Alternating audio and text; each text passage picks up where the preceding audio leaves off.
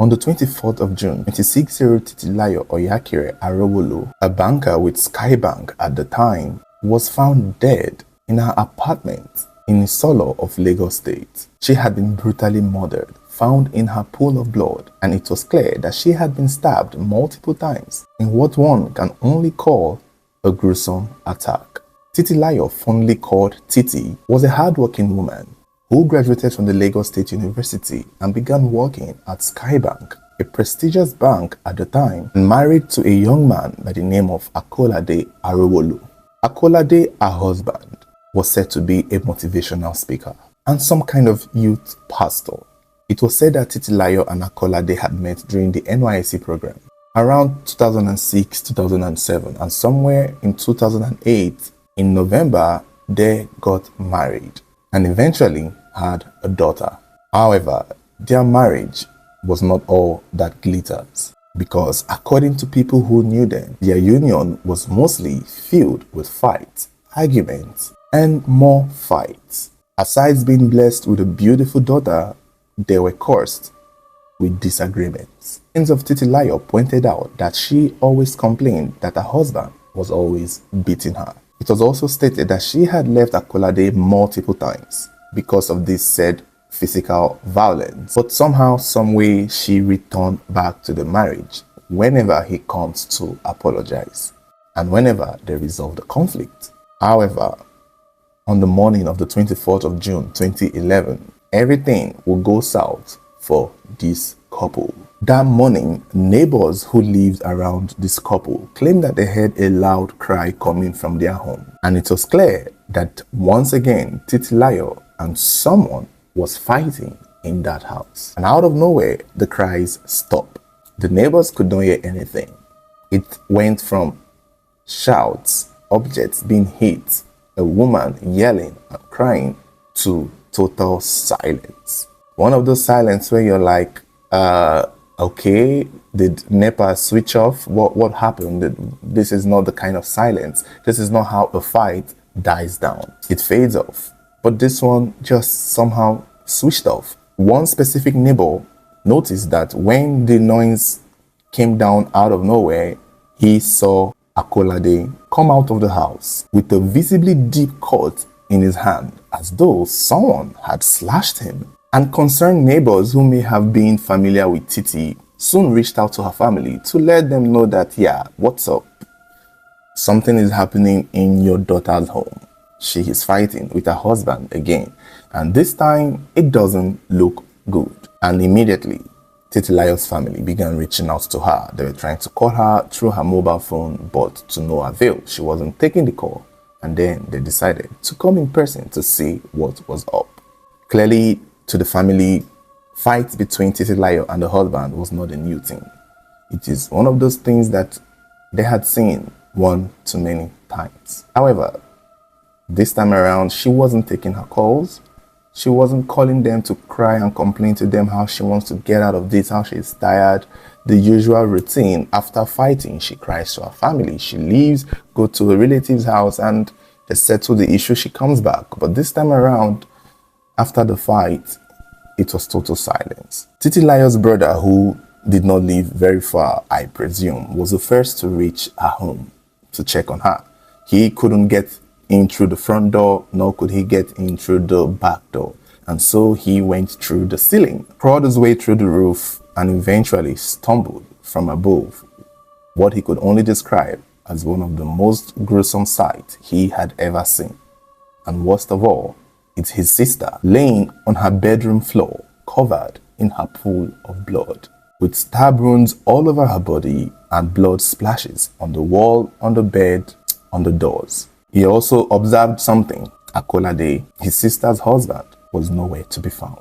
At this point, everyone realized that Titilayo had been killed, and her husband, Akolade, had fled the scene, had fled the house, had run away. Her body was quickly taken to the morgue, and the case was reported to the police, and instantly the search for Akolade began. He was eventually arrested in Ogun State after being traced there. And when questioned as to his knowledge regarding the situation his wife Titilayo was found, basically he was told, "What's up? We saw your wife in her pool of blood. stabbed multiple times. Do you know anything about it? Given that you were seen leaving the house just moments before her body was discovered. And Akolade's response is one for the books. He admitted to fighting with his wife, Titilayo, but he claimed he didn't stab her, that in fact, she fell on the knife. This was quite an interesting side of the story because during autopsy, it was discovered that Titilayo had 76 stab wounds on her body. She was stabbed 76 times. And here we have her husband, who was there during the fight, saying to the police that his wife, Titilayo, fell on the knife 76 times. Like, okay, now this is very interesting because Akolade maintains that that is what happened, that they were fighting, the knife was there and she ran into it, she fell into it. Not once, not twice, not 3 times, assuming she wants to, go all zombie on the knife. 76 times on different parts of her body. This is a record. And I need you all to put in mind that this man said so rather confidently.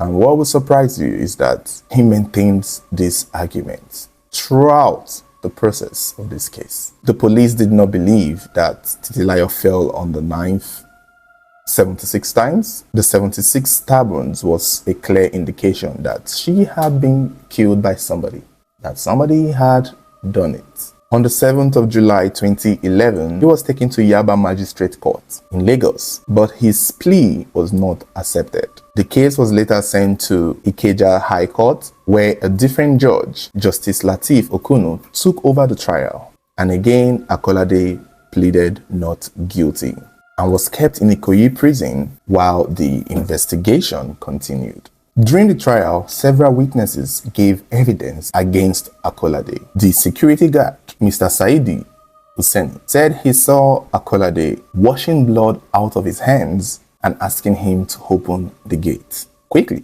Another police officer, Mr. Titus Obona, who may have stopped Akolade on his way fleeing to Ogun State, mentioned that he saw a 100 naira note covered in blood in his vehicle. Titilayo's father and Titilayo's sister also testified against Akolade, citing his history of being violent towards Titilayo, and also mentioning that Titilayo had expressed wanting to leave the marriage. The police also brought many items from the crime scene: a blood-soaked bedsheet, jeans, hammer, knife, frying spoon, as well as a pillowcase. The chief medical examiner of Lagos State confirms that Titilayo indeed was stabbed 76 times, or, according to him, fell on a knife, however way you want to imagine it, 76 times. If she was stabbed, it was 76 times. If she actually turns out to have fallen on a knife, it was 76 times. If the knife had somehow flew from the kitchen and landed on her, it was 76 times. His own part was to let you all know that she had 76 stab wounds, both from sharp objects and heavy objects. So, yeah, that was stated in court. During the trial, the case started getting heated, and in one particular hearing, it was said that Akolade fainted, and the trial had to be adjourned. It's unclear why he fainted, whether it was to throw off scent, whether it was to act like a victim, whether it was for more attention. Nobody was buying it. His own defense lawyer presented some witnesses to speak on his behalf, and that was mostly his mother and his father, who tried to defend him, saying that he was a good man, saying that his wife, Titilayo, was very stubborn, that she was very provocating, that she was very rude. They were trying so hard to make their son the little angel that he wasn't. They even mentioned that he's a pastor, he's a God-fearing man, that he would never do such a thing. My Lord, my son is a good person. You need to know him yourself. It was his wife, Titilayo, that is the demon. She is the one. She's the bad person. She is so horrible.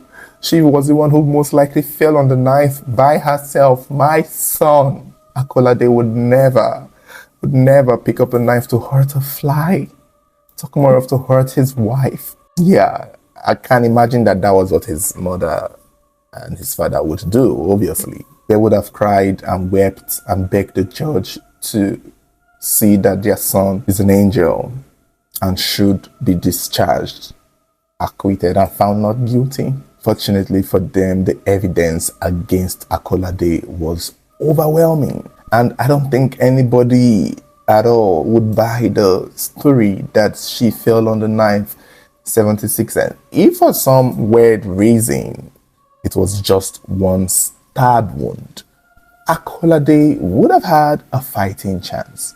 Maybe 2 stab wounds. Yes, then, the chances will be thin, but he had an argument. But 76 stab wounds, 76 stab injuries, 76 is a little too, like it's hard to.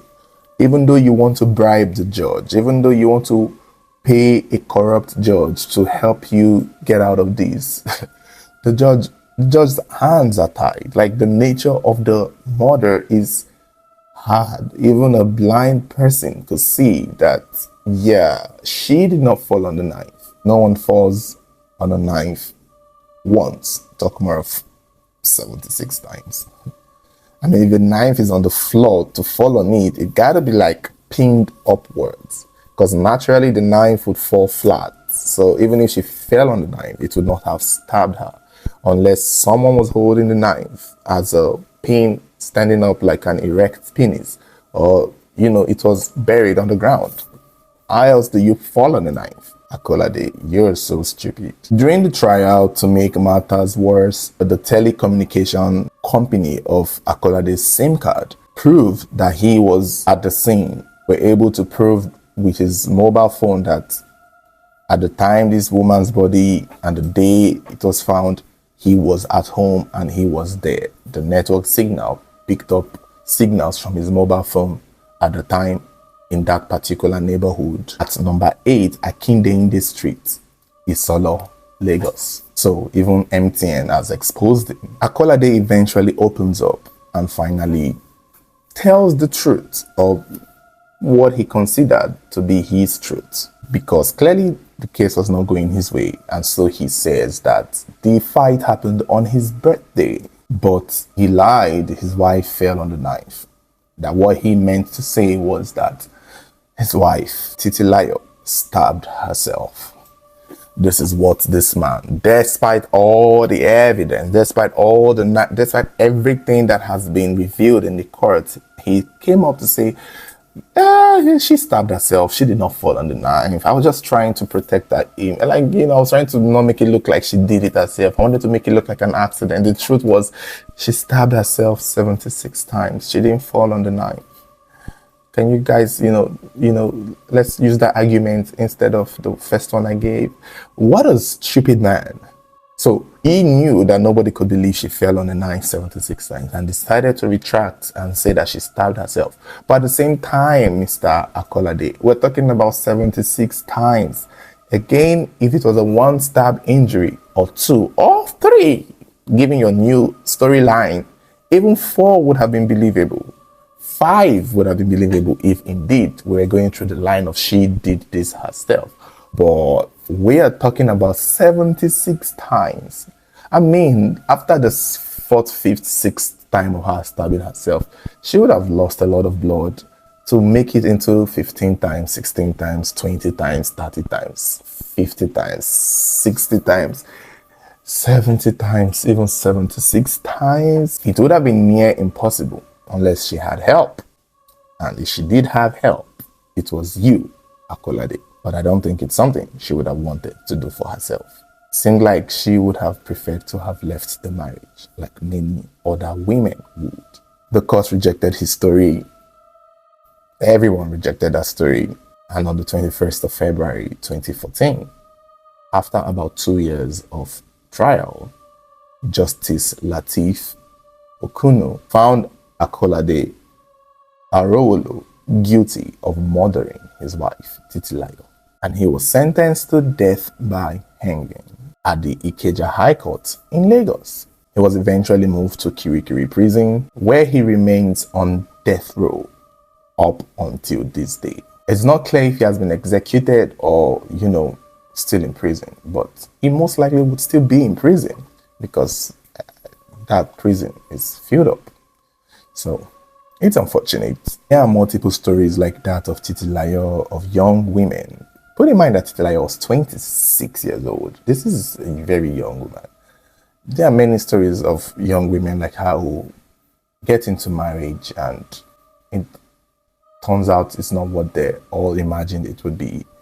And one of the mistakes that a lot of these women usually made was to keep going back to the marriage. Titilayo's story was more surprising to me because she is still very young and she also seemed to be the breadwinner in the family because, again, Akolade was a motivational speaker. I don't know how much that paid back in 2011. I don't know how much motivational speakers were making back then, but I'm sure they were popular at the time. He was also a youth pastor, so he wasn't like a big pastor. So Titilayo was the one who worked in Skybank, and if you remember, Skybank was the shit at the time before they became shit eventually. So but Skybank was like a good bank, a big bank at the time. This was when they were always making adverts on television. So Titilayo was clearly, seemingly to me, given what they do for money, was the one who made more money. So she had every advantage to leave the marriage and still stand alone and take care of their daughter. I wonder who is with the daughter now. Is it Titilayo's family or Akolade's family? So most likely go to the daughter's family, and I'm sure by now she is a full-grown teenage adult, and I'm sure she would most likely, hopefully, learn of her family and learn of whatever happened to her parents. Sometimes I wonder what happens to children of these victims who end up being killed by their husband or killed by their wives, and one is dead and one goes to jail, and the child has to grow up without them and learn that, oh, this is why you don't have both parents. Not everybody is an orphan. Some children who don't have families, who don't have parents, not necessarily lose their parents to accident or to sickness. Sometimes daddy killed mommy and mommy killed daddy, and now mommy is in jail, now daddy is in prison, and now that is some people's story. It'd be nice to do a reality show on of children who grew up in homes where a spouse had to kill the other spouse and the other spouse had to go to prison. I would love to see a television show like that. Maybe if I have enough money, I would make one myself. So thank you guys for watching. Don't forget to like, share this video, and also click the subscribe button if you haven't subscribed yet.